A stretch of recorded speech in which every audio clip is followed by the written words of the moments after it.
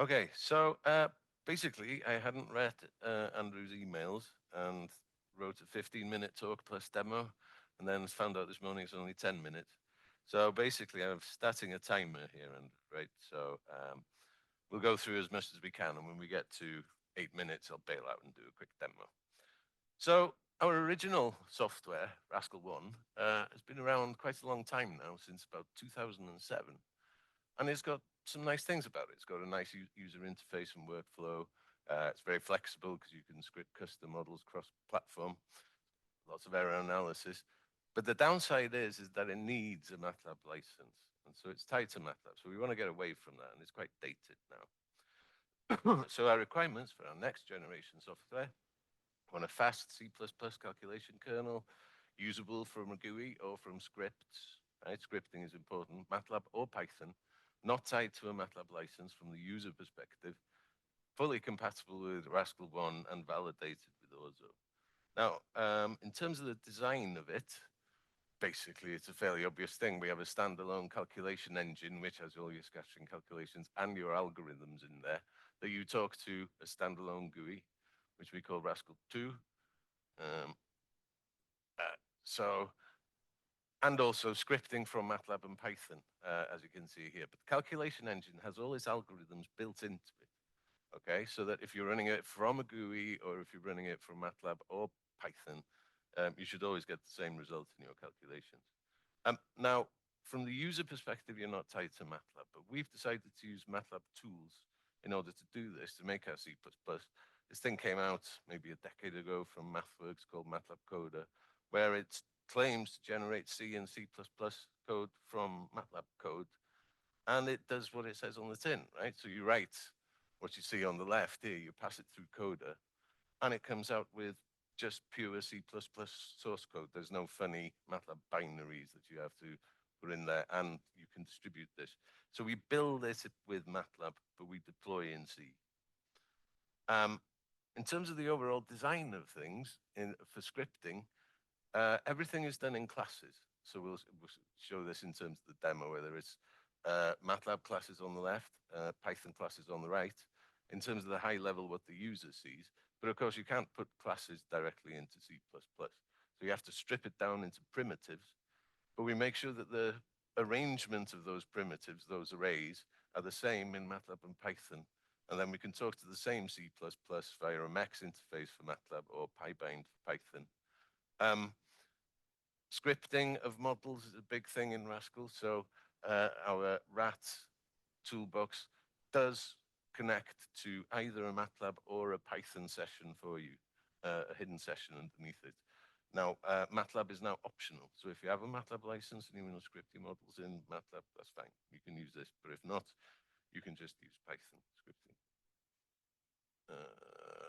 So quickly, in terms of the operation, for input classes, from the user's perspective, you always make two classes. We have what we call a project class, which completely contains your model and your data and everything else about the system you're trying to look at. And then you have a controls class, which just says, run me a simplex for however many iterations. Okay, you pass that to RAT and you get the results out. And for both MATLAB and Python, all the scripting then is just done with the methods of the project class. Okay, so you make an instance of project class, and we have a look at the methods, and you can obviously see what the parameters, the various methods are, like add parameters and so on and so on. And you just basically build up your model in that way and just pass it to RAT. Features, as I said, model scripting is quite a big part of RasCAL. Okay, so basically the normal way you might do something like a monolayer is you have, you use usual thickness, roughness, scattering length, density for the two layers, put those into layers and send that to your model. But RasCAL has always, from the start, it's done something different. If you want to do something else, like define your layers in terms of volumes, area per molecule, and so on, you make yourself the little function, right? And this is what I mean. This is what we mean in RasCAL with a custom model script. So it's always the same format coming in, and it's always the same format coming out. You make a list of layers, and in the middle, you can basically do whatever the hell you like. And that's actually quite a powerful way of doing things, because there's no limits to how you want to model it. And also, Um, oh, hang on, we'll come back to that slide. So basically, if you don't think layers are what is the best way to do your sample, you can also do a continuous scattering length density profile if you want. And now you can write your custom models in either MATLAB, Python, or C++.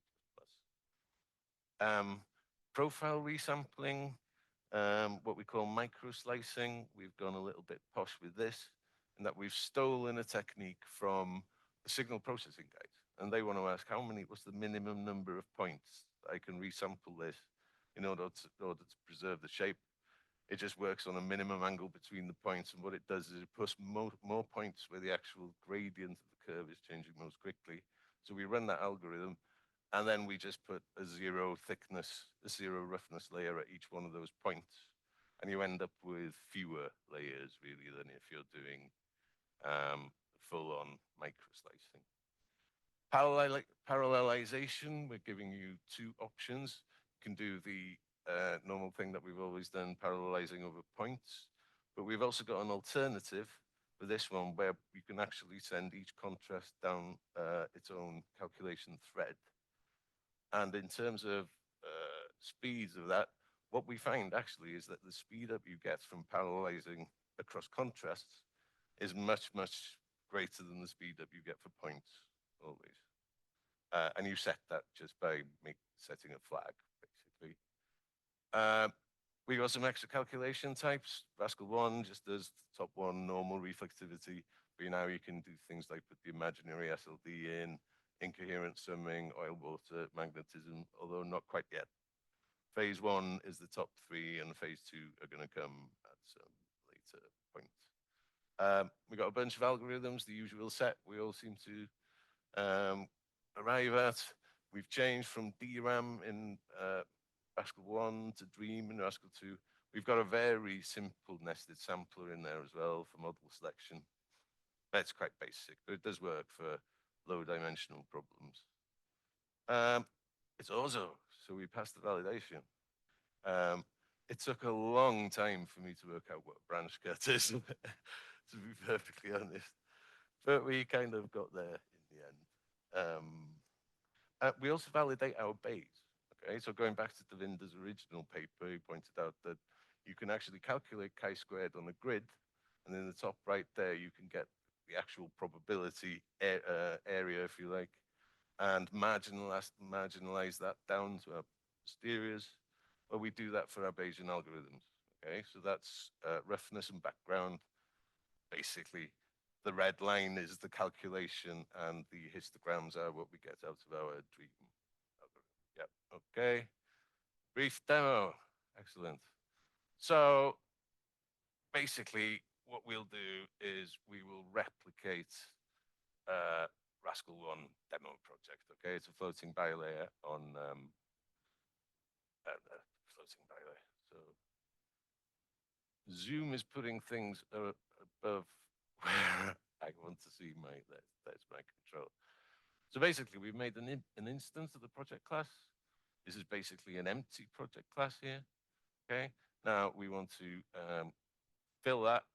So we put our parameters in. Now our project class has our parameters. You can see where this is going. You can do the same with layers, bulks, and everything like this goes in. You load in your data and add it to the class. So if we now have a look at the class, the data is in there, and then you do some grouping of everything into contrast, layers. We'll make a controls class, send that to RAT. This is what we've got out. Now let's do something a bit more sophisticated. So we have set up, oh, where have we gone? Yeah. So we're doing 15,000 samples of Dream now across our two contrasts. And do some plotting. And there we go. Analysis finished. Well done. And basically, it did that in about 12 seconds. And that's basically what happens when you do everything in C++, right? Top to bottom, including our algorithms or equivalents. Brian, I've seen your repo. Number, you're on the right track. You've got to keep on going. And that is about it. I think, yes, you can find it here. So rat is where the kernel lives. Basically, I advise you to get the nightly Python rat. That's about 80% complete. GUI, we're at the design phase still. Oh, and also we do have, did I have window open here? So if we go here, we do also have some fairly comprehensive docs online and a bunch of examples. So 10 minutes, 17 seconds. There we go.